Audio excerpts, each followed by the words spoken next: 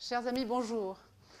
Je suis présidente de l'ERG France, comme vous le savez, depuis mars 2017, et je succède à Roger Pierret, ici présent. Et je voudrais remercier d'abord le conseil d'administration de m'avoir élu. Je suis fière de porter haut les couleurs de l'ERG France. Et je voudrais d'abord dire que je suis moi-même porteuse d'une polykystose rénale dominante, maman de 3 enfants et grand-mère de 2 petites filles que j'adore. J'ai actuellement un peu plus de temps pour m'occuper de l'AIRG France en raison de la cessation de mon activité. Et je voudrais insuffler à l'association une politique dynamique pour continuer nos actions sur l'information et la recherche sur les maladies rénales génétiques.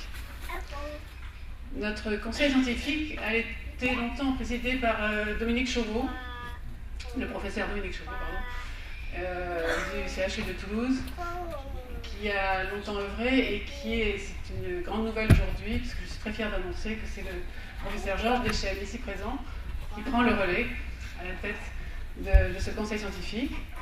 Le professeur Georges Deschênes est néphropédiatre, éminent spécialiste de la physiologie rénale à l'hôpital Robert Debré de Paris, si je ne me trompe pas. Et je voudrais aussi je tiens à remercier le professeur Pierre Cochat, qui nous reçoit dans sa belle université Claude Bernard Lyon 1, si j'ai bien compris,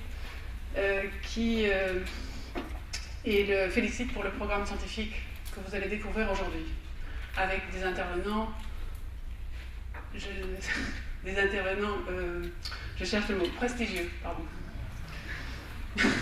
Je voudrais aussi remercier tous les bénévoles qui ont contribué à l'organisation de cette belle journée.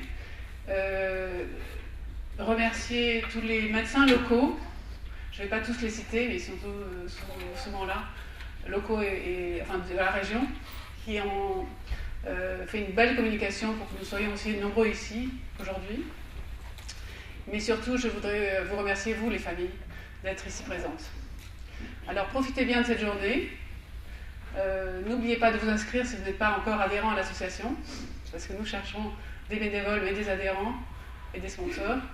Et je vais laisser maintenant la parole au professeur Pierre Cochat, qui nous accueille dans sa belle université, dans sa belle capitale, cette belle ville, je vais trébucher, qui fut la capitale des Gaules. Voilà, Pierre Cochat. Merci.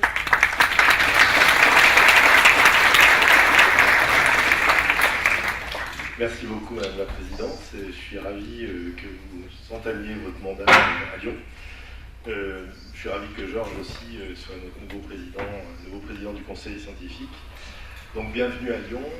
Certains d'entre vous sont de la région, j'en ai reconnu. Et pour tous ceux qui ne sont pas de la région, j'espère que vous passerez un petit séjour prolongé au-delà de cette réunion dans notre belle ville, qu'on aime beaucoup. Je le dis volontiers, je ne suis pas lyonnais, donc je peux vanter dans cette ville que j'ai totalement adoptée à 300%. La faculté, j'y suis très attaché, c'est celle où j'ai fait mes études, c'est celle où j'exerce toujours actuellement. C'est une belle faculté, le monument est classé historique. Il a été construit par Tony Garnier, comme l'hôpital Édouard Herriot à côté. C'est un grand architecte de la période Art déco. Il y a même un musée Tony Garnier que je vous invite à visiter dans Lyon. Musée en partie en plein air, qui mérite vraiment des tours que beaucoup de Lyonnais ne connaissent pas. Et je le dis aux Lyonnais, si vous ne le connaissez pas, il faut aller le visiter d'urgence. L'autre chose que je voulais vous dire sur le plan plus AIRG, c'est 2 bonnes nouvelles. Nous avions un centre de référence, vous savez qu'il y a un renouvellement de tous les centres de référence maladies rares, et le centre de référence qui nous concerne, qui s'appelle Néphrogone, a été renouvelé, on en est ravis. L'autre bonne nouvelle, c'est qu'il y a eu un appel d'offres au niveau national pour créer des plateformes de génétique moléculaire, notamment de NGS, vous savez, ces techniques d'identification du génome à haut débit.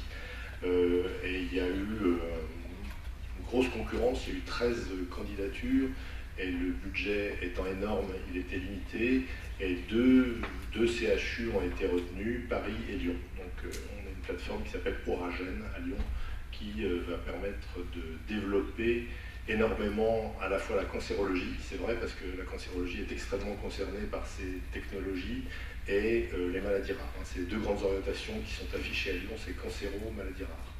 Pas forcément rénales rares, mais notamment rénales rares. Donc on est en plein dans la cible de ce projet dont on est absolument ravis. Vous m'avez remercié pour le programme scientifique, c'est gentil, j'y suis pour rien, parce que c'est une décision globale, hein, ça a été fait avec le conseil scientifique, les acteurs de la IRG, on a eu plusieurs discussions là-dessus, et c'est un programme qui était, on l'espère, le plus consensuel possible et destiné à répondre à vos attentes. L'avantage de ces réunions, c'est qu'il faut essayer de faire en sorte que les orateurs ne soient pas trop bavards et qu'on ait du temps pour discuter, y compris pendant les pauses.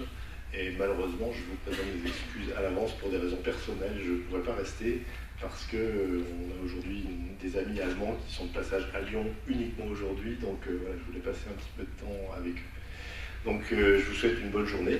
Encore une fois, bienvenue.